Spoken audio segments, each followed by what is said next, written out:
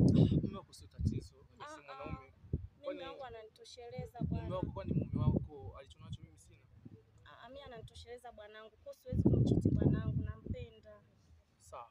Dada sawa, isiwe shida sana. Namba chini namba yako alafu maji tutazungumza. Hapana. Hapana, mimi na mume wangu. Mume wangu akiniona na chat na wewe atajisikia vibaya. Okay. Vizuri. Basi sio shida dada. Anyway, nakufahamu na mazingira kutoka na kujua. So, nikuachie kidogo. Hii hapa yuta ya matumizi. Alafu mengine tutazungumza baadaye. Asante. Sijali zangu kwa ajili yako. Asante. Ukiwa shida yote usisite kuniambia. Hizi ni kawaida kwangu. Yaani hizi shida ndogo ndogo sana. Sio sijali. Asante. Shida umenyima mambo yako lakini so anyway nimeshafahamu.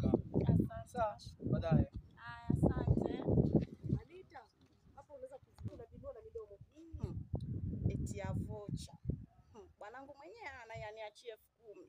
Mimi nani niache? Kama mwenzangu hapa. Embo niende nyumbani. Kirudi bwanangu akiniuliza